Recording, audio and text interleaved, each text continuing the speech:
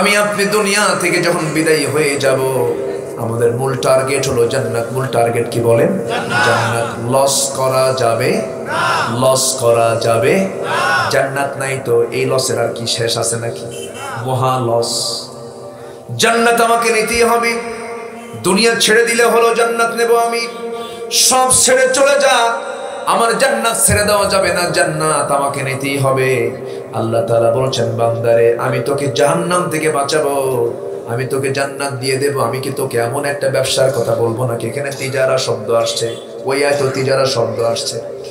আল্লাহ রাব্বুল আলামিন বলেন, কি সুন্দর করে বলছেন, বান্দাকে প্রশ্ন করছেন, হাল আদুল্লুকুম আলা তিজারাতিন তুনজিকুম মিন আযাবিন আলীম তুমিনুনা বিল্লাহি ওয়া রাসূলিহি ওয়া তুজাহিদুনা ফি সাবিলিল্লাহি বিআমওয়ালিকুম ওয়া আনফুসিকুম যালিকুম খায়রুল লাকুম ইন কুনতুম তা'লামুন। জোরে বলুন আল্লাহু আকবার। আপনারা কষ্ট পাচ্ছেন? না। দুই একজন করে যে ওঠে, হ্যাঁ, ও চাপচুপ লাগছে না, একটু বসেন না। একটা কথা বলি, যদি সেজদা দিতে যদি তৃপ্তি না আসে, কোরআন তেলাওয়াতে যদি মজা না পাওয়া যায়, সেজদায় যদি মজা না পাওয়া যায়, ওয়াজের বৈঠকে মজলিসে বসে কোরআনের আলোচনায় বসে যদি মজা না পাওয়া যায়, তাহলে ভাবতে হবে নফসে দারুণ রোগ ধরা পড়েছে। কথা ক্লিয়ার? একটু বসেন না। কত সময় চলে যায়, ফুটবল খেলা 90 মিনিটও গোল হয় না, হ্যাঁ, তারপরে কি আরো বাড়াও 120। কোনো ক্লান্তি নেই। সম্মানিত ভাইয়েরা, এই বৈঠকের যে কি গুরুত্ব মরার পরে আমরা টের পাবো। মরার পরে এটার ফলাফল আমরা বুঝবো যেটার কি গুরুত্ব। আল্লাহু আকবার বলেন। বসো না আমার ভাইয়েরা, আমাকে আপনাকে যেমন করি হোক জান্নাতের টার্গেট করতে হবে।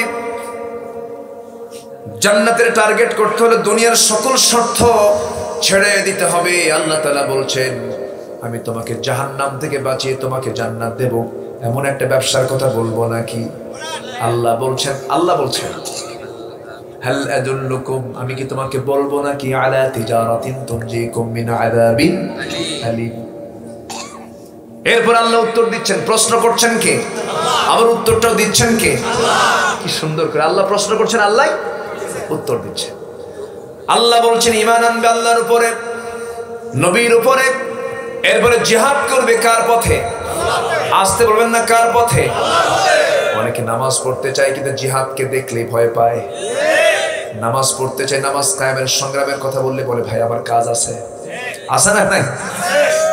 আমার বন্ধুগণ, সেই ইসলাম যদি আমি পরিপূর্ণরূপে মানি আমি মুসলিম হব, যদি না মানি আমি মুসলমান হতে পারবো না। আল্লাহ বলছেন, বান্দারে এই দুনিয়াতে এসেছো, আমি তোমাকে জান্নাত দিতে চাই না, আমি তোমাকে জান্নাত দিতে চাই। এই জন্য তোমাকে পরামর্শ দিলাম, মুসলমান না হয়ে তুমি মরো না, মুসলমান হয়ে তোমাকে মরতে হবে। বংশীয় কোনো পরিচয় দিয়ে আমার কাছে কেউ মূল্য পাবে না, কোন খেতাব দিয়ে কোনো পরিচয় পাবে না। আমার দরবারে কার সম্মানটা বেশি বান্দারা জেনে নাও।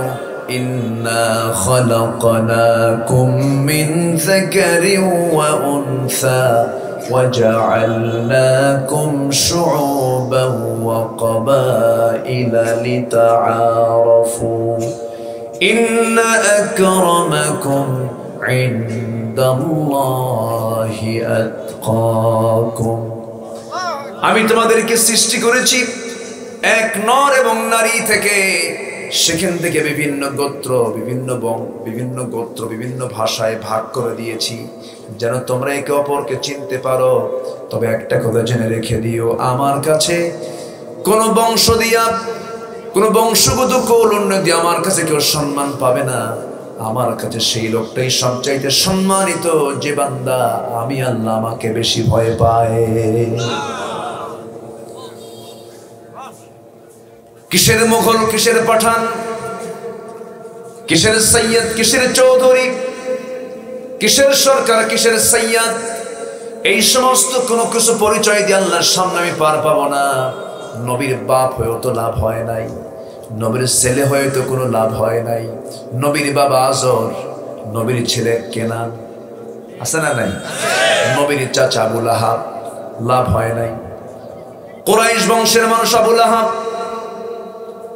আবু জাহেল বংশ দিয়ে লাভ হয় নাই। বংশ দিয়ে কি করবেন? পীরজাদা হলাম আমি, কিন্তু আমার বাবা ভালো পীর ছিলেন, আমি পীরজাদা, এই পরিচয় দিয়ে জান্নাত পাওয়া যাবে না। সেদিন কোন একটা মাহফিলে যাব, ঢাকা এয়ারপোর্টে বসে আছি, একজন হুজুরকে দেখলাম মাথায় টুপি, মুখে দাড়ি, বুজুর্গ মানুষ।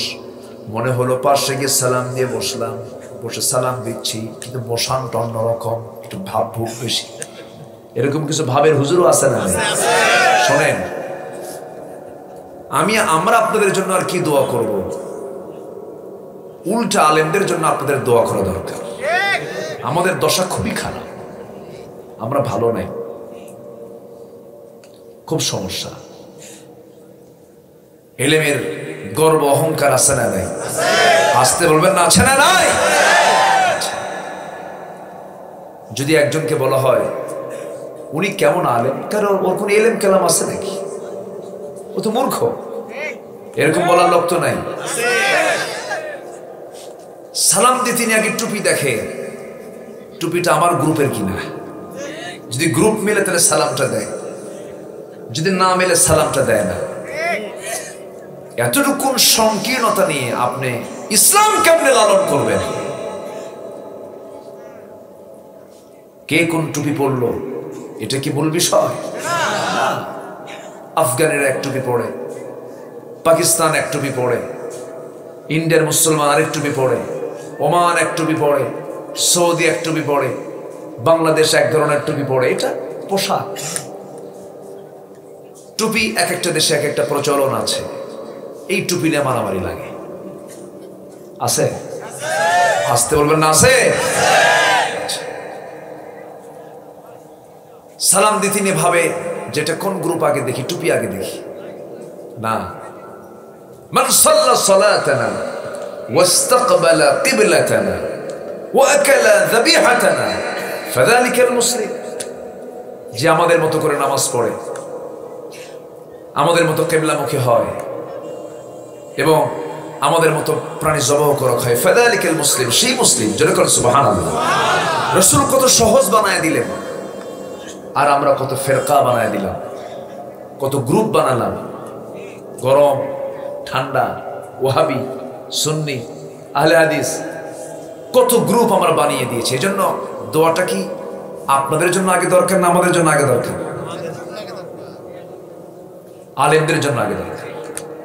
আমি নিজেকে ওইরকম কিছু মনে করি না, আমি ভাঙ্গাচুরা মানুষ, আসি কথা বলি, আমি বিতর্কিত ফতুয়াকে এড়িয়ে চলি।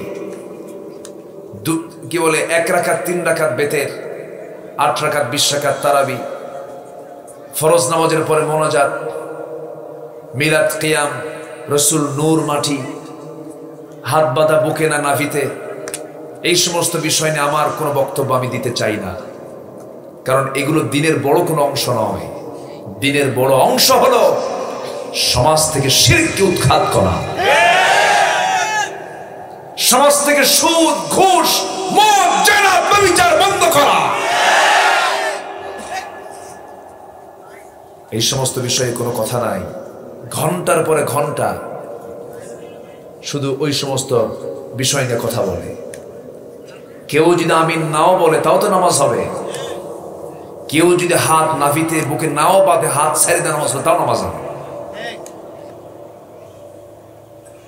এবং এগুলোকে কেন্দ্র করে কি যে গালাগাল, আমি এগুলো শুনলে আমার লজ্জা লাগে জানেন। একজন কয় নাভিতে হাত বাঁধা যাবে না, আরেকজন কয় বুকে হাত বাঁধা যাবে না। এখন সাধারণ পাবলিক কি করবে বলেন তো? সাধারণ পাবলিক যখন দেখলো দুটাই হাত বাঁধা না জায়েজ, বুকেও চলবে না, নাভিতেও চলবে না, আল্লাহু আকবার কপালে, কোথায় নিয়ে গেছে? কপাল। ইয়াসসিরু ওয়ালা তুআসসিরু, সহজ করো কঠিন করো না। বাশশিরু ওয়ালা তুনাফিরু। আমরা কি যে করছি, যত বড় দায়িত্ব তত বড় জবাবদিহিতা কার কাছে? আসতে বলবেন না, কার কাছে? সম্মানিত ভাইয়েরা, আমার নবীর কাছে যত বড় আসামি হোক না কেন, রাসূলের কাছে আসলে তাকে তিনি সুন্দর করে বুঝায় দিতেন, কখনো হতাশ করতেন না। হতাশার কোনো বাণী মুসলমানের মুখে থাকবে না, ঠিক কি না? ওর ইমানই নাই, শেষ। মানে একদম কাফের বানায় শেষ করে দিচ্ছে, মুনাফিক বানায় শেষ করে দিচ্ছে। এরকম আছে না? নাই না। আমার বন্ধুগণ, কথা আছে, আজকে একটু কথা বলবো ইনশাআল্লাহ। সবাই শুনতে রাজি আছি তো? সারা রাত? ঠিক আছে, থাকেন আপনারা, আমি যাবো না, কারণ আমার তো এক রাত না, আমার তো সব রাত। গতকালকে আমার মাহফিল ছিল দিনের বেলা পলাশ, রাজশাহীতে, রংপুরে। রাতে ছিল হলো রাজশাহী পুঠিয়া, তাহেরপুর পৌরসভায়।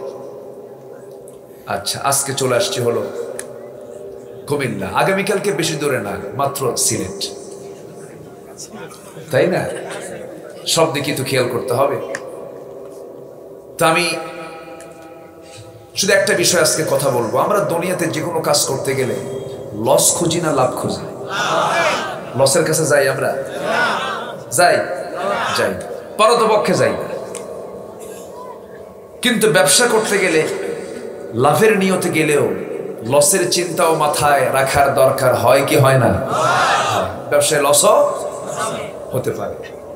কিন্তু আল্লাহ তাআলা একটা আয়াত দিয়েছেন, যে আয়াত দিয়ে আমি তেলাওয়াত শুরু করেছি, সে আয়াত আল্লাহ তাআলা বলছেন, আমি তোমাকে এমন একটা ব্যবসার কথা বলবো যে ব্যবসা করলে পরে তোমার কোনো লসই নাই। জোরে বলে সুবহানাল্লাহ। সেই ব্যবসাগুলো কি কি, সেই কাজগুলো কি কি? আল্লাহ রাব্বুল আলামিন সূরা ফাতিরের 29 নম্বর আয়াতে তিনটা কাজের কথা বলেছেন। তিনটি কাজ করবে তুমি, লস হবে না তোমার কখনো। আমি আল্লাহ তোমাকে পোষায় দেব, জান্নাত দিয়ে দেব। আল্লাহ বলছেন সুন্দর করে, ইন্নাল্লাযীনা ইয়াতলুনা কিতাবাল্লাহ ওয়া আকামুস সালাতা ওয়া আনফাকু মিম্মা রাযাকনাহুম সিররান ওয়া আলানিয়াতান ইয়ারজুনা তিজারাতান লান তাবুর। জোরে বলুন আল্লাহু আকবার। ইন্না নিশ্চয় আল্লাযীনা যারা ইয়াতলুনা, যারা তেলাওয়াত করবে, কিতাব আল্লাহ, আল্লাহর কিতাবকে যারা তেলাওয়াত করবে, সুন্দর করে যারা পড়বে, বুঝবে। কোরআনের পরিপূর্ণ হক আদায় করার জন্য কয়েকটা জ্ঞানের প্রয়োজন।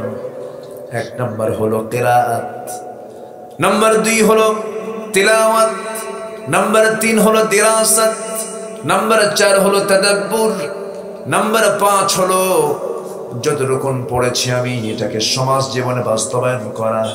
এই 5টা জ্ঞান যদি, 5টা হক যদি আমরা আদায় করতে পারি, তখন কোরআনের পরিপূর্ণ হক আদায় হবে। শুধু তেলাওয়াত করলাম, বুঝলাম না, পরিপূর্ণ হক আদায় হলো না। শুধু আমি তেলাওয়াত করলাম, কিন্তু তেলাওয়াতকে তো আয়াতকে সমাজে বাস্তবায়ন করার জন্য চেষ্টা করলাম না, হলো না। এই জন্য দিরাসাত থাকতে হবে, তেলাওয়াত থাকতে হবে, তাদাব্বুর থাকতে হবে, গবেষণাও থাকতে হবে। এই সমস্ত বিষয়ে হুকুম দিয়েছেন কে? আল্লাহ। উল্লেখিত সূরা ফাতিরে তেলাওয়াতের কথা আসছে, আবার আরেক জায়গায় আসছে, ইকরা বিসমি রাব্বিকাল্লাযী খালাক খালাকাল ইনসানা মিন আলাক। আবার আরেক জায়গায় আল্লাহ তাআলা তাদাব্বুরের কথা বলেছেন, আফালা ইয়াতাদাব্বারুনাল কুরআন আম আলা কুলুবিন আকফালুহা। মানুষের কি হলো, কোরআন নিয়ে গবেষণা করে না, তাদের কি কলবে কি তালাবদ্ধ হয়ে আছে নাকি? আল্লাহ তাআলা বান্দাকে বারবার এই কথা একবার বলেন নাই, 4 বার বলেছেন। আফালা ইয়াতাদাব্বারুনাল কুরআন আম আলা কুলুবিন আকফালুহা, বারবার বলেছেন তিনি। কিন্তু কোরআন নিয়ে আজকে মুসলমান গবেষণা করে না। মুসলমান গবেষণা করে হলো ক্লাস 6 এর সিলেবাসে ডারউইনের বানর কিচ্ছা নিয়ে গবেষণা করে। ঠিক কি না? মানুষের দিন দিন প্রমোশন হয় আর এদের দিন দিন ডিমোশন হয়। মানুষ নাকি বানর ছিল কত, এটা হলো কথা। জোরে বলি নাউজুবিল্লাহ। আমি ওই দিকে যাব না, শুধু এতটুকুই বলতে চাই, এই পৃথিবীর প্রথম মানুষ জ্ঞানী, প্রথম মানুষ বিজ্ঞানী, প্রথম মানুষটাই নবী, এবং প্রথম মানুষকে আল্লাহ তাআলা যে জ্ঞান দিয়েছিলেন, কিয়ামত পর্যন্ত কোনো মানুষকে আল্লাহ তাআলা এত জ্ঞান কখনো দেন নাই, দিবেনও না।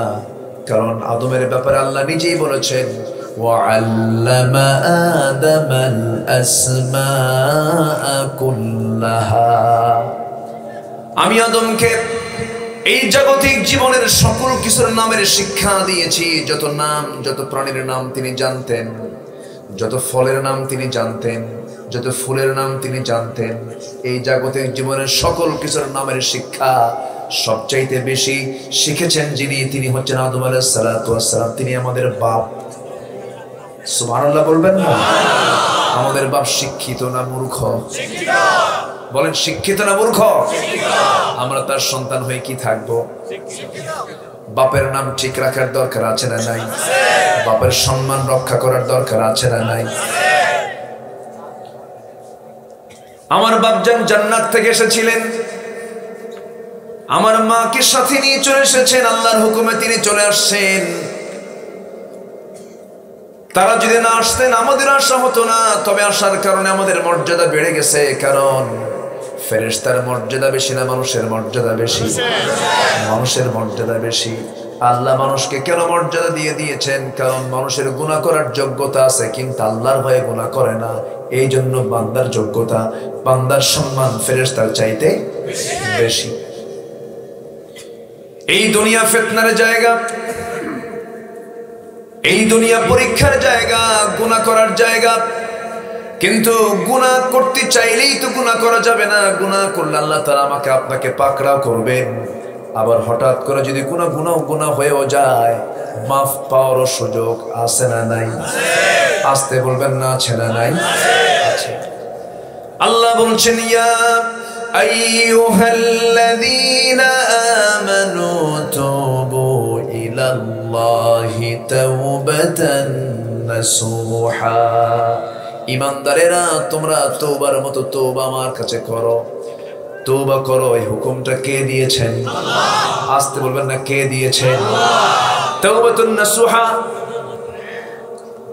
তওবা যদি কেউ কবুল করে নিতে চায়, কোন বান্দা যদি আল্লাহর কাছ থেকে যদি নিজেকে অপরাধ মুক্ত যদি রাখতে চায় আল্লাহর কাছে, তওবা কবুলের শর্ত হলো 5টা। কয়টা বলেন?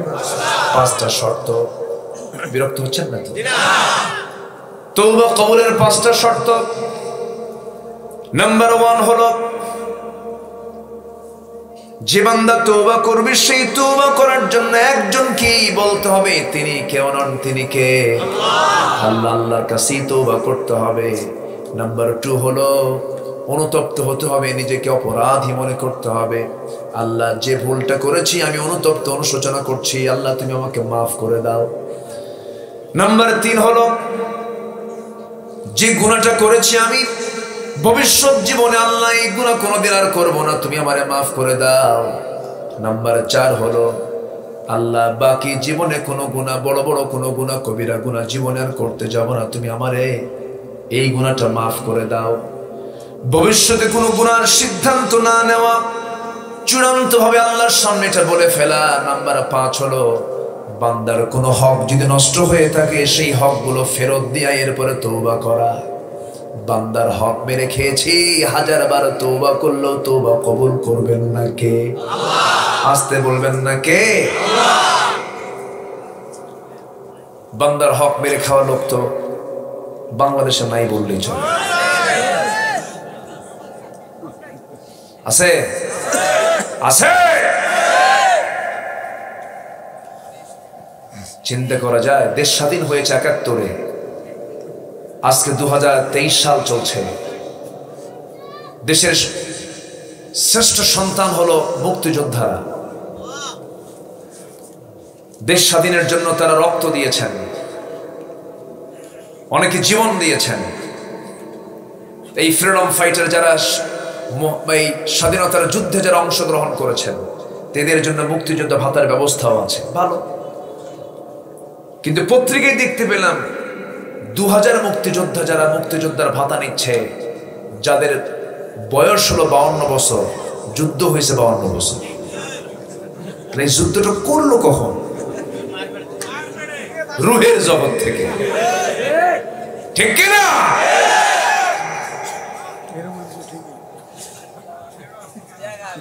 আচ্ছা, বিগত কয়েক বছরে এই দেশ থেকে ১৪ লক্ষ কোটি টাকা এই দেশ থেকে পাচার করলো কোন ফেরেশতারা? কি বান্দার হক কি নষ্ট হয়? নষ্ট হচ্ছে। সম্মানিত ভাইরা, আজকে আমার দেশে কোনো কর্মী খুঁজে পাওয়া যায় না, সব নেতা। বলেন তো, আমার দেশে কর্মী বেশি না নেতা বেশি? কেউ কি কয় আমি কর্মী? সব নেতা। এই যে সব নেতা মঞ্চ ওঠে, মঞ্চ শেষ। কিন্তু আপনি মেম্বারে যান, মসজিদের মেম্বারে যান, মেম্বারে কয়জন ভাঙ্গে? নেতৃত্ব মেম্বার থেকে আসতে হবে। রাগ করছেন নাকি? যেদিন থেকে নেতৃত্ব মেম্বার থেকে আসা বন্ধ হয়েছে, সেদিন থেকে ভাঙ্গা শুরু হয়েছে। নেতৃত্ব আসতে হবে মসজিদ থেকে, মসজিদের মেম্বার থেকে। আমার নবীজি দুনিয়া থেকে বিদায় নিবেন, বিদায় লগন চলে এসেছে নবীজির জীবনের। ৬৩ বছর ৯ ঘন্টা যে বেঁচে ছিলেন আমার নবীজি, ৪০ বছর বয়সে নবুয়ত পেয়েছেন। ২৩ বছর ৯ ঘন্টা তিনি পৃথিবীতে নবুয়তের জিন্দেগিতে ছিলেন। ব্যর্থ না সফল? নবুয়তের জিন্দেগির যে টাইম পেয়েছিলেন, তার চাইতে কিন্তু নবুয়তের আগেও কিন্তু কম টাইম পান নাই। ১৫ বছর থেকে শুরু করে ৪০ বছর ২৫ বছর চেষ্টা করেছেন, পারেন নাই। বহু চেষ্টা করেছেন, হালফুল ফজল গঠন করেছেন, কিন্তু তিনি পারেন নাই। কিন্তু ২৫ বছর বয়স যখন, তার ২৫ বছর পার হয়ে যখন ৪০ বছর যখন পূর্ণ হলো, যখন তাকে নবুয়ত দেওয়া হলো, কোরআনটা হাতে পেলেন, যা তিনি শুরু করেছেন তাতেই সফলতা দিয়েছেন কে? বিশ্বনবীর মতো মানুষের সততা, তার চারিত্রিক সৌন্দর্যের কোনো অপূর্ণতা ছিল না। সেই লোকটা যদি ৪০ বছর পর্যন্ত চেষ্টা করো, যদি ব্যর্থ হয়ে যান, আমার বন্ধুগণ, কোরআন ছাড়া যে জাতি যতই চেষ্টা করুক না কেন, সমাজটাকে কখনো ভালো করতে পারবে না। ভালো হবে কি দিয়া? আসতে বলবেন না, কি দিয়া বলেন? কোরআন দিয়া। আমার নবীজি ২৩ বছরে কোরআন দিয়ে সমাজ গঠন করার জন্য, রাষ্ট্র গঠন করার জন্য কাজ শুরু করে দিলেন। ১৩ বছর মক্কায় একটানা দাওয়াতি কাজ করলেন, পিটন খেলেন, মায়ের খেলেন। কিন্তু বিগত ১০টি বছর যে মক্কা ছেড়ে মদিনায় গিয়ে হিজরত করেছেন, সে জায়গায় পিটন খেয়েছেন না পিটন দিয়েছেন? মায়ের খাওয়াও সুন্নত, মায়ের দেওয়াও সুন্নত। আমার নবীর হাতে তরবারি ছিল। তরবারি কি মায়ের খাওয়ার জন্য দেয়, মায়ের দেওয়ার জন্য দেয়? আমার ভাইয়েরা, আমার বন্ধুগণ, সেই নবীজির দাওয়াতি মিশন শেষ হলো। ৮৬ যুদ্ধ পরিচালনা শেষ হয়ে গেল। ২৭টি যুদ্ধের নেতৃত্ব দান শেষ হয়ে গেল। আল-ইয়াওমা আকমালতু লাকুম দীনাকুম ওয়া আতমামতু আলাইকুম নি'মাতি ওয়া রাদিতু লাকুমুল ইসলাম দীনা। আয়াতটা নাযিল হয়ে গেল। সব সাহাবী হাসে, কিন্তু সাইয়েদনা আবু বকর চোখের পানি ফেলে ফেলে কাঁদেন। সবাই তো কোরআন একরকম বুঝবে না, সবার বুঝকে একরকম নাকি? আমার ভাইয়েরা, সাহাবীরা গিয়ে বলছেন, ভাই আবু বকর, শ্রেষ্ঠ আয়াত আল্লাহ তাআলা আমাদের শানে দিয়েছেন, তুমি কেন কাঁদো? সঙ্গে সঙ্গে তিনি বলছেন, শোনো, আমার বাল্য দিনের বন্ধু, আমার 3 বছরের বড়, আমার প্রিয় বন্ধুর বিদায়ের সময় হয়ে গেছে, আমার প্রিয় বন্ধু রাসূল আর বাঁচবেন না।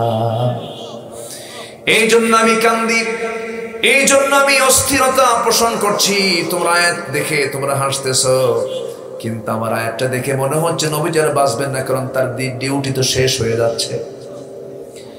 একটা বিল্ডিং এর কন্ট্রাক্টর যখন কাজ নেয়, ভিতের কাজ শুরু করে, কলাম শেষ হয়ে যায়, ছাদ শেষ হয়ে যায়, কিন্তু সর্বশেষ যখন পেইন্টিং এর কাজ যখন হয়, রঙের কাজ যখন হয়, সেই সময় ওই কন্ট্রাক্টরকে কাজ শুরু করে না শেষ করে?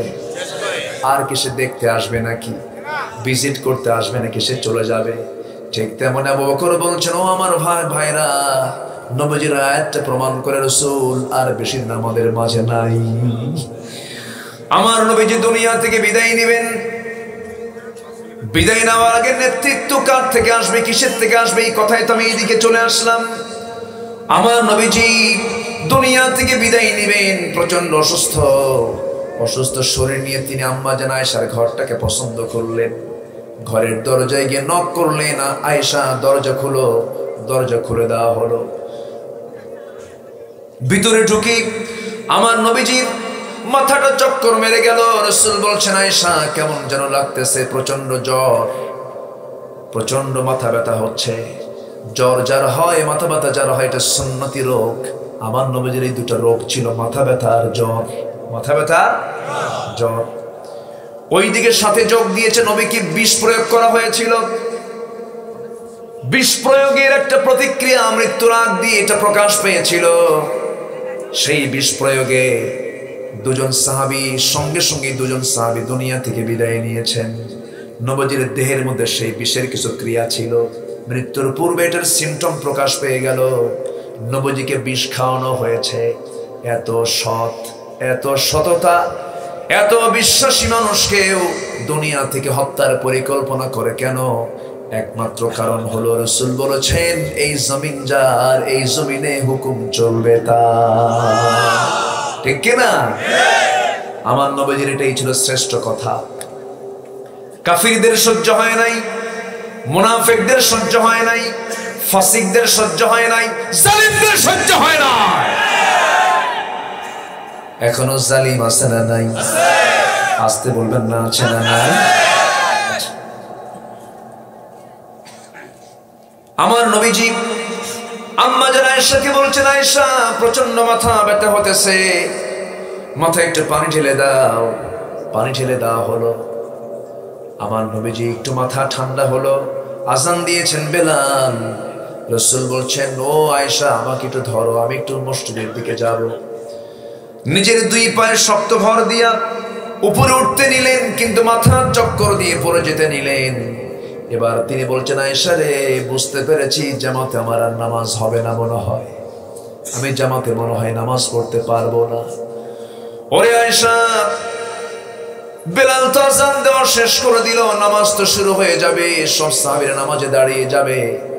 তুমি আমার প্রিয় সাহাবী, তোমার আব্বা আবু বকরকে বলে দাও আমার মুসাল্লায় যেন দাঁড়ায় আসেন, আমার দায়িত্বটা পালন করে। মানে বুঝায় দিলেন আমার পরবর্তী নেতা হবে আমার আবু বকর। সুবহানাল্লাহ বলেন। নেতৃত্ব আসবে কোন জায়গা থেকে? নামাজ থেকে। নামাজ থেকেই তো নেতৃত্ব আসবে। কিন্তু আজকে নেতৃত্ব আসে হলো সন্ত্রাস থেকে। ঠিক কিনা? সন্ত্রাস থেকে নেতৃত্ব আসে। ধর্ষণের সেঞ্চুরি করে মিষ্টি খাওয়ায়, তাকে ডাক দিয়ে বলে দুষ্ট ছেলে, এমন কাজ করতে নেই। এটাই হলো তার বিচার। যুগের পরে যুগ, প্রায় 1/2 শতাব্দী ধরে কোরআনে কারীমের তাফসীর করা হলো। হাজার হাজার মানুষ বেনামাজি নামাজি হলো। কোরআনের পথ, ইসলামের পথগুলো চিনতে পারলো, বুঝতে পারলো, তারা হয়ে গেল ধর্ষক। আমার ভাইয়েরা, আমার বন্ধুগণ, এই দুনিয়ায় কি আমরা থাকবো না? সবাই দুনিয়া থেকে বিদায় নিয়ে নেব। সত্য কখনো চেপে রাখা যায় না।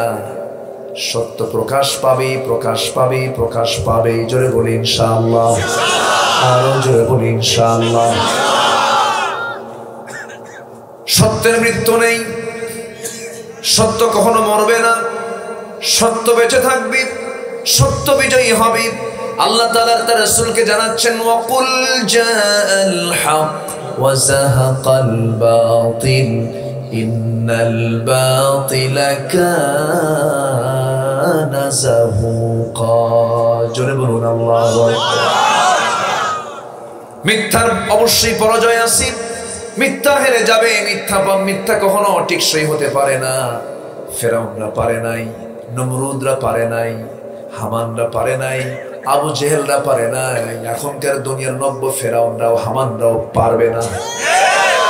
আমাদের মূল টার্গেট তো দুনিয়া নয়, আমাদের মূল টার্গেট হলো জান্নাত। মূল টার্গেটটা কি বলেন? জান্নাত। আমার নবীজি দুনিয়া থেকে বিদায় নেবেন। আমার নবীজি বলছেন, ওরে আয়েশা, আমার আবু বকর কি বলো, আমার জায়গায় যেন সে দাঁড়ায়, নামাজের যেন নেতৃত্ব দিয়ে দেয়। আমার নবীর জায়গায় যখন আবু বকর দাঁড়ায় গেছেন, সাহাবায়ে কেরাম হাউমাউ করে কান্নাকাটি শুরু করে দিয়েছে। আরে সারা জীবন নামাজ পড়েছে নবীর পিছনে, আজকে নতুন ইমাম, সবার চোখে পানি। রাসূল বুঝি খুব অসুস্থ হয়ে পড়েছেন, রাসূল তো জামাত ছাড়েন না। আমার নবীজির অনুপস্থিতিতে সাহাবায়ে কেরাম নামাজে দাঁড়ায় গেছেন। নামাজ যখন শুরু হয়ে গেছে, আমার নবীজি বলছেন, আয়েশা আমাকে একটু ধরো তো, ওই যে জানালা দেখতেছি সাহাবীরা কেমন করে নামাজ পড়ে, আমি ওই দৃশ্য একটু দেখতে চাই। রাসূলকে ধরে নিয়ে যাওয়া হলো। আমার নবীজি জানালার সেই ফাঁকা দিয়া সাহাবায়ে কেরামের তেলাওয়াত শুনছেন, রুকু দেখছেন, সিজদা দেখছেন। চোখের কোনা বেয়ে বেয়ে টপ টপ করে পানিগুলো পড়ছে যায়। তার দাড়িগুলো ভিজে যাচ্ছে, গাল ভিজে যাচ্ছে চোখের পানি দিয়া। আম্মা জান আয়েশা কেঁদে কেঁদে বলছেন, ইয়া রাসূলুল্লাহ, আপনি কেন কাঁদেন? আপনার সাহাবীরা নামাজ পড়ে, এটা তো আনন্দের সংবাদ। রাসূল বলছেন, আয়েশা আমি দুঃখের জন্য কাঁদি না, আমি এটা আমার চরম আনন্দের জন্য আমার চোখ দিয়ে পানি আসতেছে। কিসের আনন্দ হুজুর, আপনি একটু বুঝায় বলেন। ওরে আয়েশা, আজকে আমার সাহাবীরা কি সুন্দর পরিবেশে রাষ্ট্রীয় পর্যায়ে নামাজ কায়েম হয়ে গেছে। আমার সাহাবীরা আজকে স্বাধীনভাবে নামাজটা পড়ছে। তুমি কি জানো, মক্কার মাটিতে আমি যখন নামাজে দাঁড়াতাম, কাফেররা মূর্তিগুলো আমার কোমরে ঢুকায় দিত, আমাকে নামাজ পড়তে দিত না। সহিহ বুখারীর বর্ণনা, আমার নবীজি একদিন কাবার চত্বরে নামাজে দাঁড়ায় গেছেন। রুকুতে যখন চলে গেছেন, উতবা সাইবারা উটের পচা নারী ভরি নবীজির ঘাড়ে চাপায়া দিয়েছে। উটের পচা নারী ভরি যখন ঘাড়ে চাপায়া দিয়েছে, আমার নবীজি হামাগুড়ি দিয়ে পড়ে গেছেন।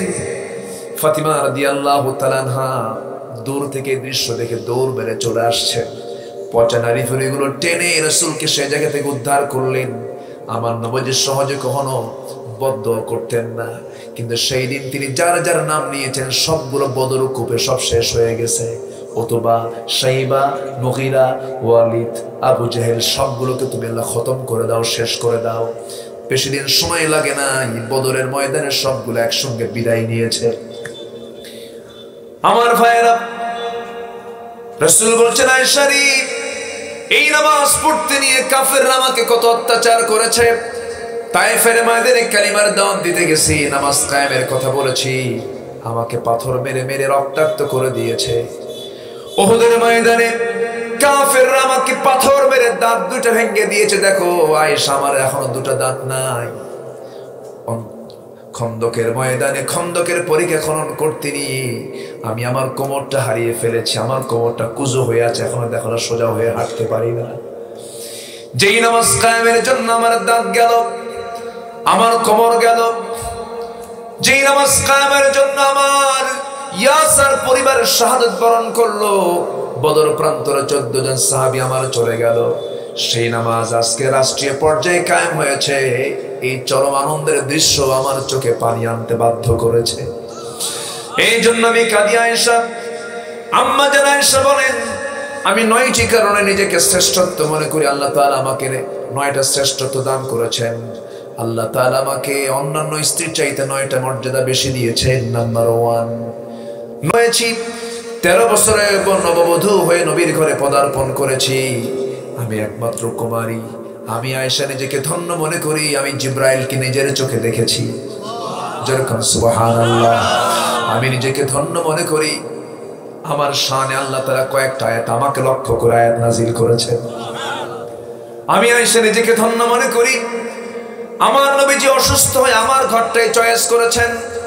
আমার ঘরেই তিনি উঠেছেন। রাসূল বলেছেন আমার শানে শরীর খাবার যেমন শ্রেষ্ঠ খাবার, আমার স্ত্রীর মধ্যে আমার আয়েশা হলো সবচেয়ে শ্রেষ্ঠ স্ত্রী। 7 দিন ধরে আমার নবীজি সাহাবে কেরামের মাঝে আলোচনা করছেন। 7 দিন পর তিনি বলছেন সাহাবীরা তো আমার কথাগুলো কার কার মনে আছে বলো। সম্পূর্ণরূপে কেউ বলতে পারলো না, কিছু না কিছু বাদ পড়েছে। আম্মা জান আয়েশাকে বলা হলো computer fail, first to last হুবহু আম্মা জান আয়েশা সব বলে দিয়েছেন। আম্মা জান আয়েশা খুব শিক্ষিতা ছিলেন, প্রচন্ড মেধাবী ছিলেন। আম্মা জান আয়েশা বলেন নিজেকে ধন্য মনে করি নবীজি আমার ঘরটাকেই পছন্দ করলেন। আমার উরুতে মাথা রেখে তিনি আরাম ফরমালেন। নবীজির মাথার চুলগুলো আমি ভিজে ভিজে সুন্দর করে পানি দিয়া ভিজায় ভিজায় নবীজির মাথাটা ঠান্ডা করে দিয়েছি। এবং নবীজি আমি নিজেকে ধন্য মনে করি। রাসূল আমাকে বললেন আয়েশা মুখটা কেমন যেন মনে হচ্ছে, দাঁতটা পরিষ্কার করা দরকার, মেসওয়াক দাও তো আছে নাকি। মেসওয়াক খুঁজবেন কেমনে? নবীজি শোয়া আছেন তার উরুতে। বড় ভাই আব্দুর রহমানকে ডাক দিয়ে বলছেন মেসওয়াকের জন্য মেসওয়াক এনে দেওয়া হলো। সেই মেসওয়াকটার আগা শক্ত, নবীজির যেন কষ্ট না হয় আম্মা জান আয়েশা সেটাকে চাবায় চাবায় নরম করে দিলেন। চাবায় চাবায় নরম করে দেওয়ার কারণে ওই মেসওয়াকের আগায় কিছু থুতু জমা হয়েছিল। আমার নবীজি মেসওয়াকটা হাতের মধ্যে নিয়ে মুস্কে একটা হাসি দিলেন, চাঁদের মতো হাসির ঝিলিক। নবীজি হাসতেছেন আর মেসওয়াক দিয়ে মেসওয়াক শুরু না করে সেই মেসওয়াকের আগায় লাগানো থুতুগুলো চুষে চুষে রাসূল পান করছেন আর মুস্কি মুস্কি হাসতেছেন। আমি আয়েশা নিজেকে ধন্য মনে করি। রাসূল তার জীবনের শেষ খাবার খেয়েছেন। আমি আয়েশা আমার মুখের লালা। আমার নবীজি এরপরে বলছেন আয়েশা রে আমার মনে হয় মৃত্যুর সময় ঘনিয়ে এসেছে। আমার ফাতিমা কোথায়? ফাতিমাকে ডেকে আনো। ফাতিমাকে ডেকে আনা হলো। নবীর সামনে তিনি দাঁড়িয়ে আছেন। নবীজির চোখে পানি, ফাতিমার চোখেও পানি। রাসূল বলছেন ফাতিমারে তোর চোখের পানি আমার দারুণ শেল বেঁধে যায়, আমার কাছে আয়। কানের মধ্যে মুখ ঢুকায় দিয়া আমার নবীজি কানে কানে বলছেন ফাতিমা কেঁদো না, কেঁদো না। তোমার বাপ দুনিয়া থেকে বিদায় হচ্ছে ঠিক, কিন্তু কবরের জিন্দেগিতে আলেমে বারজাখে তোমার সঙ্গে আমার সবচেয়ে আগে দেখা হয়ে যাবে। মানে বুঝাচ্ছেন ফাতিমা তোমারও সময় নাই, তুমিও দুনিয়া থেকে বিদায় নেবে। কম বয়সে ফাতিমা বিদায় নিয়েছেন, খুব কম বয়সে। মানুষ মৃত্যুর সংবাদ শুনলে পরে ভয় পায়, কিন্তু ফাতিমা ভয় পেলেন না, আনন্দ পেলেন। আনন্দ পেলেন, আনন্দ চিত্ততা নিয়ে তিনি ঘর থেকে বের হয়ে গেলেন। আমার নবীজি মৃত্যুর প্রস্তুতি নিচ্ছেন। এমন সময় আম্মা জান আয়েশাকে ডাক দিয়ে বলছেন আয়েশা আমি দুনিয়া থেকে মনে হয় বিদায় হয়ে যাব। আমি তোমাকে লাস্ট মেসেজ, তোমার সঙ্গে আমার লাস্ট কথা হবে। একটাই কথা বলবো আমি তোমাকে, ও আমার আয়েশা আমার সবাইকে উম্মতকে জানিয়ে দিবে নামাজ নামাজ নামাজ। জোরে কোন সুবহানাল্লাহ। নেতৃত্ব আসবে কোন জায়গা থেকে? নামাজ থেকে। নামাজ আছে যার চরিত্র আছে তার, নামাজ নাই যার চরিত্র নাই তার। নামাজ আছে যার নেতৃত্ব আছে, নামাজ নাই যার নেতৃত্ব নাই।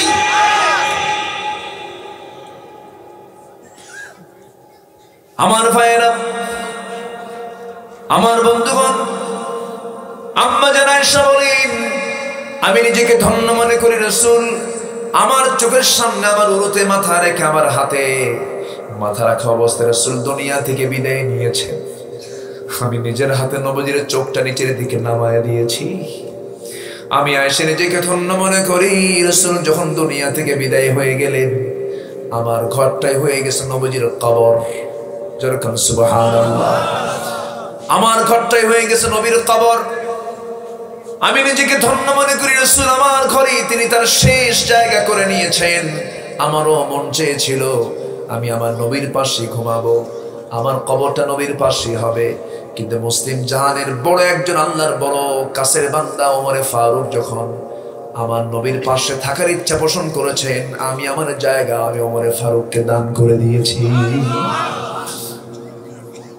আমার ভাইয়েরা, এই ইতিহাসটা, এই প্রেক্ষাপটটা টেনে আনার মূল কারণ হলো আমরা যে কাজটাই করতে যাব, যার সঙ্গে সম্পর্ক করতে যাব, সেখানে আগে দেখবো ওই লোকের সঙ্গে আল্লাহর সম্পর্ক কি, ঠিক কিনা বলেন? আল্লাহর সঙ্গে সম্পর্ক আছে, আমার সঙ্গে তার সম্পর্ক আছে। মান আহাব্বা লিল্লাহ ওয়া বাগাদা লিল্লাহ ওয়া আতা লিল্লাহ ওয়া মানাহা লিল্লাহ ফাকাদ ইসতাকমালাল ঈমান। আমি কাউকে দেব আল্লাহর জন্য, কাউকে দেব না আল্লাহর জন্য, কাউকে ভালোবাসবো আল্লাহর জন্য, কাউকে ভালোবাসবো না আল্লাহর জন্য। সব হবে কার জন্য? আল্লাহর জন্য। আমার ভাইরা, এই জন্য আমি আপনি দুনিয়া থেকে যখন বিদায়ী হয়ে যাব, আমাদের মূল টার্গেট হলো জান্নাত। মূল টার্গেট কি বলেন? জান্নাত। লস করা যাবে, লস করা যাবে। জান্নাত নাই তো এই লসের আর কি শেষ আছে নাকি? মহা লস। জান্নাত আমাকে নিতেই হবে। দুনিয়া ছেড়ে দিলে হলো জান্নাত নেব আমি। সব ছেড়ে চলে যা, আমার জান্নাত ছেড়ে দেওয়া যাবে না, জান্নাত আমাকে নিতেই হবে। আল্লাহ তাআলা বলছেন, বান্দারে আমি তোকে জাহান্নাম থেকে বাঁচাবো, আমি তোকে জান্নাত দিয়ে দেব। আমি কি তোকে এমন একটা ব্যবসার কথা বলবো নাকি? এখানে তিজারা শব্দ আসছে, ওই আয়াতে তিজারা শব্দ আসছে। আল্লাহ রাব্বুল আলামিন বলেন, কি সুন্দর করে বলছেন, বান্দাকে প্রশ্ন করছেন, হাল আদুল্লুকুম আলা তিজারাতিন তুনজিকুম মিন আযাবিন আলীম তুমিনুনা বিল্লাহি ওয়া রাসূলিহি ওয়া তুজাহিদুনা ফি সাবিলিল্লাহি বিআমওয়ালিকুম ওয়া আনফুসিকুম যালিকুম খায়রুল লাকুম ইন কুনতুম তা'লামুন। জোরে বলুন আল্লাহু আকবার। আপনারা কষ্ট পাচ্ছেন? না। দুই একজন করে যে ওঠে, হ্যাঁ, ও চাপচুপ লাগছে না, একটু বসেন না। একটা কথা বলি, যদি সেজদা দিতে যদি তৃপ্তি না আসে, কোরআন তেলাওয়াতে যদি মজা না পাওয়া যায়, সেজদায় যদি মজা না পাওয়া যায়, ওয়াজের বৈঠকে মজলিসে বসে কোরআনের আলোচনায় বসে যদি মজা না পাওয়া যায়, তাহলে ভাবতে হবে নফসে দারুণ রোগ ধরা পড়েছে। কথা ক্লিয়ার? একটু বসেন না। কত সময় চলে যায়, ফুটবল খেলা 90 মিনিটও গোল হয় না, হ্যাঁ? তারপরে কি আরো বাড়াও 120, কোনো ক্লান্তি নেই। সম্মানিত ভাইয়েরা, এই বৈঠকের যে কি গুরুত্ব মরার পরে আমরা টের পাবো। মরার পরে এটার ফলাফল আমরা বুঝবো যেটার কি গুরুত্ব। আল্লাহু আকবার বলেন। বসুন না আমার ভাইয়েরা, আমাকে আপনাকে যেমন করি হোক জান্নাতের টার্গেট করতে হবে। জান্নাতের টার্গেট করতে হলে দুনিয়ার সকল স্বার্থ ছেড়ে দিতে হবে। আল্লাহ তাআলা বলছেন, আমি তোমাকে জাহান্নাম থেকে বাঁচিয়ে তোমাকে জান্নাত দেব। এমন একটা ব্যবসার কথা বলবো নাকি? আল্লাহ বলছেন হাল আদুল্লুকুম, আমি কি তোমাকে বলবো নাকি, আলা তিজারাতিন তুনজিকুম মিন আযাবিন আলীম। এরপর আল্লাহ উত্তর দিচ্ছেন। প্রশ্ন করছেন কে? আবার উত্তরটাও দিচ্ছেন কে? কি সুন্দর করে আল্লাহ প্রশ্ন করছেন, আল্লাহ উত্তর দিচ্ছেন। আল্লাহ বলছেন ঈমান আনবে আল্লাহর উপরে, নবীর উপরে, এরপরে জিহাদ করবে কার পথে? আসতে বলবেন না, কার পথে? অনেকে নামাজ পড়তে চায় কিন্তু জিহাদকে দেখলেই ভয় পায়। নামাজ পড়তে চায়, নামাজ কায়েমের সংগ্রামের কথা বললে বলে ভাই আমার কাজ আছে। আছে না নাই? আমার বন্ধুগণ, আল্লাহ রাব্বুল আলামিন আরেক জায়গায় বলছেন, কুল ইন কানা আবাউকুম ওয়া আবনাউকুম ওয়া ইখওয়ানুকুম ওয়া আজওয়াজুকুম ওয়া আশীরাতুকুম ওয়া আমওয়ালুন ইকতারাফতুমুহা ওয়া তিজারাতুন তাখশাউনা কাসাদাহা ওয়া মাসাকিনু তারদাউনাহা আহাব্বা ইলাইকুম মিনাল্লাহি ওয়া রাসূলিহি ওয়া জিহাদিন ফি সাবিলিহি ফাতারাব্বাসু হাত্তা حتى يأتي الله بأمره والله لا يهدي القوم الفاسقين জোরে বলি আল্লাহু আকবার। দুনিয়ার যত ভালোবাসা আছে, বাপ, ভাই, স্ত্রী, আত্মীয় স্বজন, মালামাল, সম্পদ, বসবাসযোগ্য তোমার ঘর বাড়ি, এগুলো সকল কিছুর চাইতে বেশি ভালোবাসতে হবে কাকে? নাম্বার 2 হচ্ছে মুহাম্মদ সাল্লাল্লাহু আলাইহি ওয়াসাল্লাম। নাম্বার 3 হলো জিহাদ ফি সাবিলিল্লাহ, জিহাদকে পছন্দ করতে হবে। একটা ছোট্ট ইতিহাস মনে পড়লো আমার নবীজি যুদ্ধ শুরু করেছেন বদর থেকে। 313 জন সাহাবী নিয়ে রাসূলের প্রথম জিহাদের ময়দানে উপস্থিতি। কিন্তু আমার নবীজি সবচেয়ে বড় যে অভিযানটা পরিচালনা করেছিলেন, সেই অভিযানের নাম হলো তাবুক অভিযান। সেই তাবুকের প্রান্তে আমার নবীজি 313 নয় 30,000 মুজাহিদ নিয়ে, সৈনিক নিয়ে তিনি রওনা দিয়েছিলেন। কত হাজার? 30,000 কি সেই কথা নাকি? সব সাহাবী সব নবীর পিছনে। এই বড় মুজাহিদের মতো কি পৃথিবীতে আর কেউ আসবে নাকি? এই 30,000 সাহাবীকে নিয়ে রাসূল তাবুকের প্রান্তে রওনা দিয়েছেন রোমান সৈন্যদের, রোমানদের বিরুদ্ধে মোকাবেলা করার জন্য। তৎকালীন দুনিয়ার পরাশক্তি তারা, রোমক শক্তির বিরুদ্ধে তিনি মোকাবেলা করতে গেছেন। রোমান সৈন্যদের বিরুদ্ধে মোকাবেলা করার জন্য এর আগে রাসূল নিজে যান নাই, কি শুধু সাহাবীরা গিয়েছেন 3000 সৈন্য নিয়ে। মুসলমানদের বিজয় হয়েছে, কিন্তু এবার রাসূল নিজে চলে গেছেন 30,000 সৈন্য নিয়ে। যুদ্ধটা হলো না, যুদ্ধ থেমে গেল। বিনা যুদ্ধে নবীজি মদিনায় ঢুকেছেন। মদিনার মসজিদে ঢোকা মাত্রই আমার নবীজি বসে আছেন। একজন সাহাবী, খুব দামি সাহাবী, বুখারীর বর্ণনা, কাব বিন মালিক রাদিয়াল্লাহু তাআলা আনহু আমার নবীর সামনে গিয়ে আস্তে করে হাঁটু গেড়ে নবীর সামনে বসে গেলেন এবং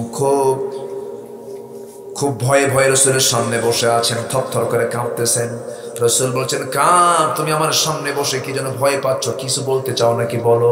হুজুর, বলবো, কিন্তু হুজুর আপনি আমাকে মাফ করবেন কিনা জানি না, কি বলো আমাকে বলো। কাব বিন মালিক বলছেন, ইয়া রাসূলুল্লাহ, কি 30,000 সৈন্য নিয়ে আপনি তাবুকে রওনা দিয়েছেন, কিন্তু আমি কিন্তু সেই তাবুকে যাই নাই, সেই জিহাদে যাই নাই। রাসূল বললেন, ঠিক আছে যাও নাই, ভালো কথা, কিন্তু ওজরটা কি আমাকে বলো। হুজুর, কোন ওজর ছিল না, গাফলতি করেছি, অবহেলা করেছি, ইচ্ছা করলে যেতে পারতাম, এই যাব করতে করতে যাওয়া হয় নাই, তাই নাকি? হ্যাঁ। আর কে যাও নাই বলো? হেলাল বিন উমাইয়া যায় নাই। আর কে যায় নাই বলো? মুরারা বিন রাবিআ যায় নাই। আর কে যায় নাই বলো? হুজুর আমার আর জানা নাই। মোট কয়জন হলো?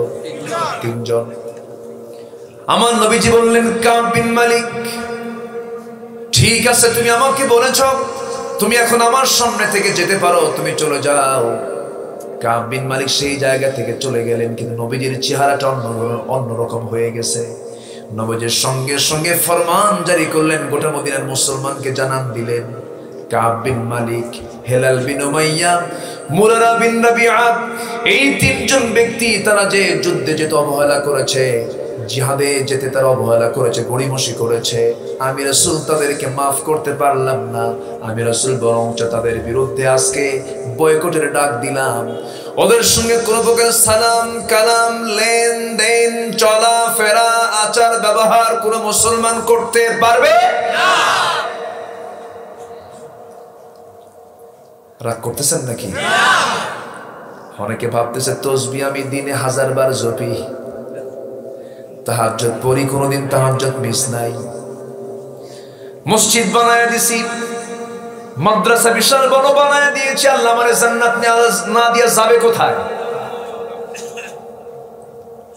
30,000 সৈন্যের মাঝে 3 জন যান নাই। রাসূল ইচ্ছা করলে বলতে পারতেন, যাও, সমস্যা নেই, মাত্র 3 জন তো, যা হয়েছে যাও। 30,000 সৈন্যের মাঝে মাত্র 3 জন যান নাই। রাসূল 3 জনকে পাকড়াও করলেন, বললেন কোনো আচার ব্যবহার করা যাবে না এদের সাথে। কাব বিন মালিকের কানে সংবাদ চলে গেছে। কাব বিন মালিকের কাছে যেন মনে হচ্ছে আকাশটা ভেঙে পড়েছে মাথার উপর। আমি কি ভুলটা করে ফেললাম, কেন গেলাম না রে? ও জিহাদিন ফি সাবিলি, আমি কেন জিহাদকে প্রাধান্য দিলাম না? সঙ্গে সঙ্গে স্ত্রীর কাছে গিয়ে একটু মনের সান্ত্বনা নেবেন। যারা বিয়ে করেছেন বউ একটা সান্ত্বনার জায়গা, ঠিক কিনা? মাওয়াদ্দাতাও ওয়া রাহমাহ, ভালোবাসাও থাকে, রহমতও থাকে। যুবকরা বিয়ে না করলে বুঝবা কেমনে? যুবকদের জন্য আমি 3টা কাজ শিখিয়ে যাব আজকে, দেখি শেষের দিকে। হ্যাঁ, রাজি আছো তো যুবকরা? আমার নবীজি এই চূড়ান্ত সিদ্ধান্ত দেওয়ার সঙ্গে সঙ্গে কাব বিন মালিক নিজের প্রশান্তির জন্য বউয়ের কাছে চলে গেলেন। দরজায় নক দিয়েছেন, বাড়িতে স্ত্রী, দরজা খোলো। ভিতর থেকে জবাব আসতেছে, স্ত্রী বলছে, স্বামী আমার দরজা খুলতে আমি বাধ্য, কারণ আপনার ঘর, আপনার বাড়ি, আমি দরজা না খুললে কি হয় নাকি? কিন্তু দরজা খুলবো, শর্ত হলো এই দরজা আপনি ঢুকবেন, পিছনের দরজা দিয়ে আমি আপনার স্ত্রী বের হয়ে যাব, কারণ যে লোকটাকে রাসূল বয়কট করেছে আমিও তাকে বয়কট করলাম। এটা ইসলাম। আমার দেশে এমন লোক আছে, এমন পরিবারও আছে, একই বাবার 4টা ছেলে, 4 ভাই 4 দল করে। আছে না নাই? মুনাফিক দেখতে ওই রকমই। কথা বলছেন না? 4 ভাই 4 দল করে। যে দল ক্ষমতায় যায়, অপোজিট যে সমস্ত ভাইগুলো আছে তারা বলে, শোনো 5 বছর তুমি আমাদেরকে দেখবা, এরপর আমরা যখন আসবো তখন আমরা তোমাকে দেখবো। শয়তান কয়, শয়তান তো এরকমই হওয়া লাগে।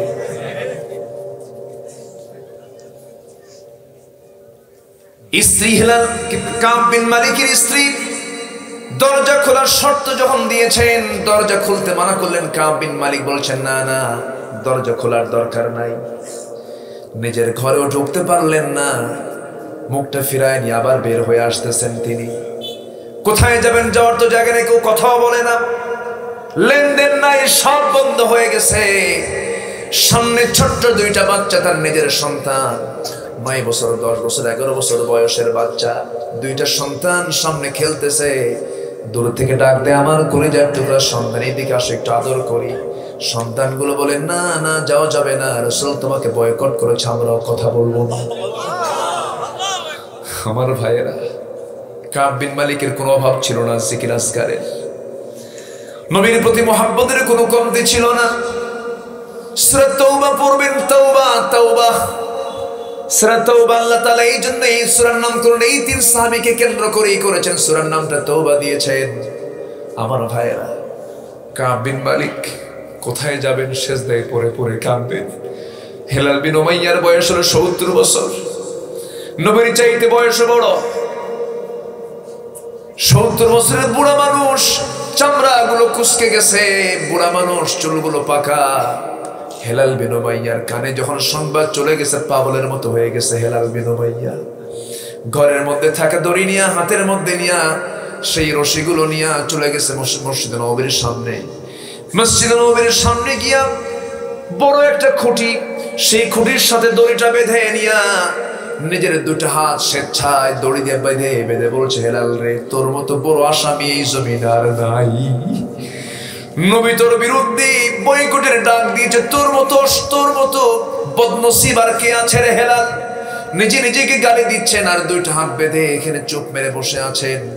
সাহাবীরা আসে মসজিদের দিকে, সালাম দেন, কেউ উত্তর নেয় না, মুখটা ফিরায় নেয়, কারণ নবীর ওয়ার্ডার। কার ওয়ার্ডার বলেন? নবীর ওয়ার্ডার। হেলাল বিন উমাইয়া এইরকম করে 40টা দিন পার করলেন। কিতাবের মধ্যে এসেছে, তাফসীর এসেছে, যে দড়িতে তিনি হাত বেঁধেছিলেন, শক্ত করে বাঁধার কারণে তার হাত পর্যন্ত ঘা হয়ে গিয়েছিল। খাওয়া বন্ধ, সেজদায় পড়ে পড়ে কাঁদেন আর তওবা করেন। মুরারা বিন রাবিআ পাহাড়ি গর্তের মধ্যে সেজদায় পড়ে পড়ে কেঁদে কেঁদে আল্লাহকে বলছেন, আল্লাহ তুমি কি আমাকে মাফ করবা না? দুনিয়া তো কোথাও জায়গা পাইলাম না, মাফের জায়গা নাই, তুমি আল্লাহ আমাদেরকে মাফ করে দাও।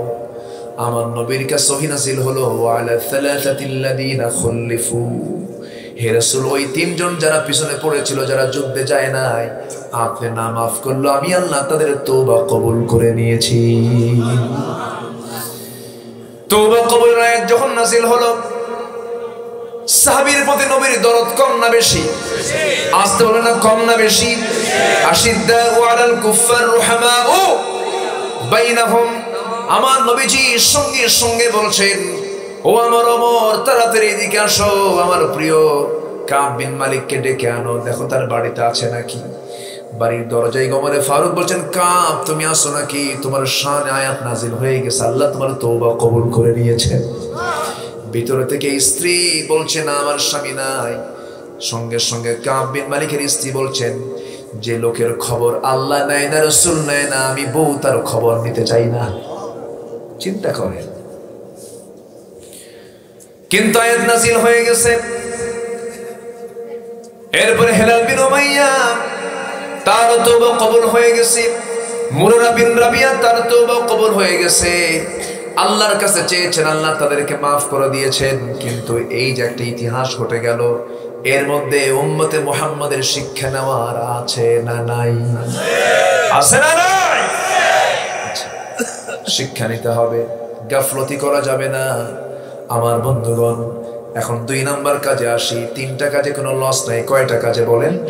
নাম্বার 1, ইন্নাল্লাযীনা ইয়াতলুনা কিতাবাল্লাহ ওয়া আকামুস সালাহ, আল্লাহর আয়াতকে যারা তেলাওয়াত করবে।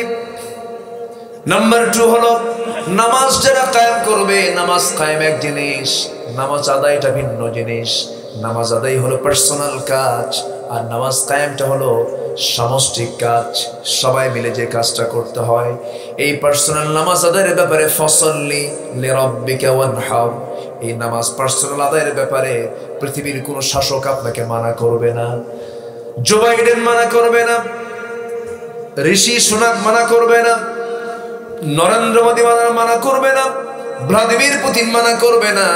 বরং আপনার রাশিয়া থেকে মসজিদ বানাবেন, আপনাকে মসজিদ বানায় দেবে। আমেরিকায় মসজিদ হাজার হাজার আছে না নাই? ইউরোপে মসজিদ হাজার হাজার আছে না নাই? মসজিদ পড়েন, মসজিদ বানান, নামাজ পড়েন, কোনো সন্দেহ নাই। কিন্তু আপনি যখন নামাজ কায়েমের কথা বলবেন, নামাজ কায়েম করো মানে সুদ বন্ধ হবে, মদ বন্ধ হবে, জেনা বন্ধ হবে, পর্দাহীনতা বন্ধ হবে, এই সমস্ত কাজ বন্ধ হবে। নামাজ কায়েমের সঙ্গে সঙ্গে যখন আপনি নামাজ কায়েমের কথা বলবেন, ওই সময় আপনার পরিচয় দিয়ে দেবে জঙ্গি, মৌলবাদী, কট্টরপন্থী, রক্ষণশীল। যেমন করে আমার নবীকে গালি দিয়েছে কবি, রসুলকে গালি দিয়েছে লেস কাটা, রসুলকে গালি দিয়েছে নির্বংশ, রসুলকে গালি দিয়েছে পাগল, রসুলকে গালি দিয়েছে রাষ্ট্রদ্রোহী। কি বলে নাই? বলে নাই? বলে নাই? রসুলকে গালি দিয়েছে। আমার ভাইয়ের, আমার বন্ধুগণ, আমার নবীজি নামাজ কায়েমের সংগ্রাম করেছেন। নামাজ মুনাফিকরা আদায় করতে পারে, কিন্তু নামাজ কায়েম মুনাফিকরা করতে পারে না। আমার ভাইয়েরা, আমার নবীর পিছনে মুনাফিকরা নামাজ পড়েছে মদিনার মসজিদে। আমার নবীজির পিছনে নামাজ পড়তে পড়তে চোখের পানি বের করেছে, নবীর বয়ান শুনে শুনে চোখের পানি ফেলে ফেলে কেঁদেছে। কিন্তু নবীজি যখন বদর যুদ্ধের ডাক দিয়েছেন, উহুদ যুদ্ধের ডাক দিয়েছেন, মুনাফিকরা মুনাফিকি শুরু করে দিয়েছে। ঠিক কি না? এই জন্য আল্লাহ তাআলা বলছেন 3টা কাজ করো, কোনো লস নাই। আমি তোমাকে বিশাল পুরস্কার দিয়ে দেব। তিজারাতাল লান তাবুর, ব্যবসায় কোনো তোমার লস হবে না। নামাজ কায়েমের সংগ্রাম করার দরকার আছে না নাই? আজকে সমাজে মদের বোতল কি পাওয়া যায়? আজকে মদের বোতল পাওয়া যায়। মদের ফ্যাক্টরি আছে না নাই? মদ বেচে কিরুয়ান কোম্পানি কামাই করছে 470 কোটি টাকা। আলহামদুলিল্লাহ। কি খবর বলেন? আমার ভাইয়েরা, মদের বোতল, জেনার কারবার আছে না নাই? জেনা করা কি? আস্তে কোন কেন? আরো জোরে। অনেকে কয় মদ যা হারাম হয়েছে, মদও তো এটা পান করার জিনিস, যুক্তি দেয়। বুঝেন নাই? এরকম যুক্তি দেওয়ার লোক আছে না নাই? মদ খেয়ে আমার ব্রেন মাতাল হয় না, আমি ঠিক থাকি। হ্যাঁ, মদ খেলে লিভার ঠিক হয় না, নষ্ট হয়ে যায়। জান্নাতে খাবো আমরা শরাব, জোরে বলি ইনশাআল্লাহ। কোথায় খাবো? জান্নাতে পান করবো। 4টা নহর থাকবে। কয়টা নহর? 4টা। আল্লাহর কি অফার দেখছেন? জান্নাতীদের জন্য, মুত্তাকির জন্য জান্নাতের মধ্যে 4টা নহর থাকবে। দুধের নহর, মধুর নহর, পানির নহর, শরাবের নহর। এমন শরাব পান করানো হবে যে শরাবটা পান করলে পরে জীবনের শক্তি, যৌবনের শক্তি ডাবল ডাবল হয়ে যাবে। এগুলো জান্নাতে কে রেখে দিয়েছেন? আসতে বলবেন না, কে রেখে দিয়েছেন? জান্নাতে হুর আছে না নাই? হুরগুলো কত সুন্দর না সুন্দর। সেই সুন্দর হুরগুলো যদি পেতে চাও, দুনিয়ার কোন অবৈধ হুরের কাছে যাওয়া যাইবে না। অবৈধ কোনো সম্পর্ক করা যাবে না, চ্যাটিং করা যাবে না, Messenger, WhatsApp, imo, line, viva, এগুলোতে রং জায়গায় কোনো নক করা যাবে না। ইনবক্সে ভুতা লাগানো মানে ইনবক্সে, কারো ইনবক্সে ঢুকে যাওয়া মানে কারো বেডরুমে ঢুকে যাওয়ার মতো মারাত্মক অপরাধ। এটা উচিত নয়, গুনার কাজ। এই সমস্ত কাজগুলো করা যাবে না। খুবই সাবধান যুবকরা। জান্নাতের জন্য, জান্নাতের যে হুর আল্লাহ তাআলা দিবেন, কি সুন্দর করে অফার করেছেন। ওয়াহুরুন আইন কাআমসালিল লুলুইল মাকনুন। জোরে বলি আল্লাহু আকবার। লাম ইয়াতমিসহুন্না ইনসুন ক্বাবলাহুম ওয়ালা জান। জোরে বলি আল্লাহু আকবার। এত সুন্দরী হুর হবে তারা, কোন জিন ইনসান যাকে স্পর্শ করে নাই। এমন সুন্দর হুর আল্লাহ তাআলা জান্নাতের মধ্যে রেখে দিয়েছেন। সেই হুরগুলো পাওয়ার জন্য দুনিয়ার সমস্ত অবৈধ সম্পর্ক রাখা যাবে কি রাখা যাবে না? রাখা যাবে না, সব বন্ধ করে দিতে হবে যুবকরা। জান্নাতের মধ্যে আল্লাহ তাআলা সব নিয়ামত রেখে দিয়েছেন। সেই জান্নাতে আমাদের যাওয়ার যদি টার্গেট হয়ে থাকে, জান্নাতের লাইনে আমাকে আপনাকে হাঁটতে হবে। আল্লাহ তাআলা পুরুষকে হুর দিবেন। হুরের গল্প আবার বেশি করলে পরে মেয়ে মানুষ অসন্তুষ্ট হয় না? বিশেষ করে বউয়ের সামনে যদি গল্প করতে হয় হুরের গল্প, সকালবেলা করবেন, রাত্রেবেলা করবেন না। রাত্রেবেলা যদি বিছানায় শুয়ে শুয়ে হুরের গল্প করেন, রাগ করে বলবে ল্যাপটা নিয়ে ওই দিক হয়ে শুয়ে থাকো, এই দিকে তাকাবা না, হুর নিয়ে শুয়ে থাকো। কি বোঝেন নাই? আল্লাহ তাআলা মেয়েদের কেমন করে বানিয়েছেন। কিন্তু আমার মায়ের, আপনার জন্য জান্নাতি যুবক থাকবে, কিন্তু আপনার জন্য যুবক থাকবে, স্বামী হবে কয়জন? একজন হবে। আপনি একজন নিয়ে আপনি সন্তুষ্ট থেকে যাবেন। জান্নাতের মধ্যে আল্লাহ তাআলা এত নিয়ামত রেখে দিয়েছেন। জান্নাত যত দামি হবে, সর্বনিম্ন যে জান্নাত বান্দাকে দেওয়া হবে 10টা পৃথিবীর মতো একটা জান্নাত। জোরে বলে সুবহানাল্লাহ। একটা ওয়ার্ড কাউন্সিলর হওয়ার জন্য ইমান বেচে, আছে না নাই? ইমান কি করে? বেচে ফেলে দেয়। এক কাপ চা খাইতে যায়, কালেমা পাল্টা ফেলে, আছে না নাই?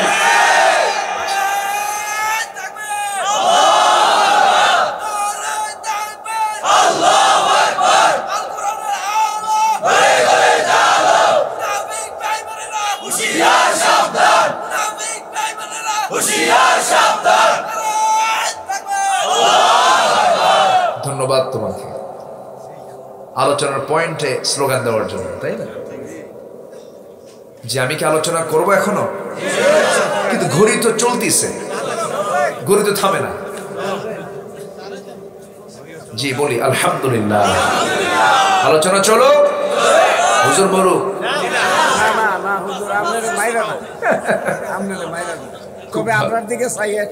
কি সুন্দর বলি আলহামদুলিল্লাহ। জান্নাত হবে সর্বনিম্ন জান্নাত। কয়টা পৃথিবী? ছোটখাটো হয়েছে নাকি?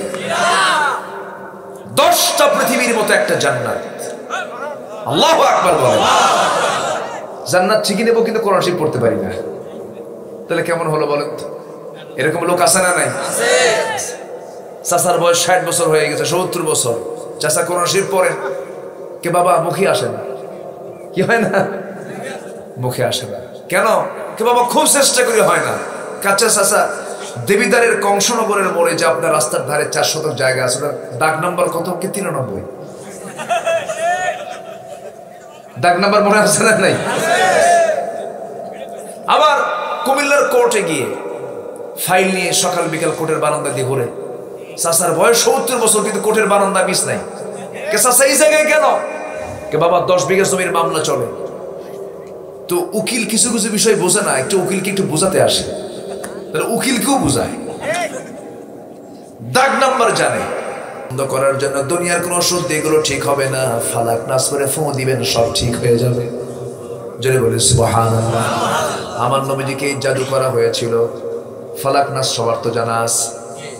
নবীজির লম্বা চুল মাথার ছিল, লম্বা চুলগুলো নিয়ে 11টা গিরো দিয়া পাহাড়ের পাদদেশে এটাকে পাথর দিয়ে চাপা দিয়ে রেখে দিয়েছিল। নবীজি শুকায় শুকায় যান, নবীজি কোনো কিছু মনে রাখতে পারেন না, সূরা ফাতিহা পড়তে নবীজির কষ্ট হয়ে যাচ্ছিল।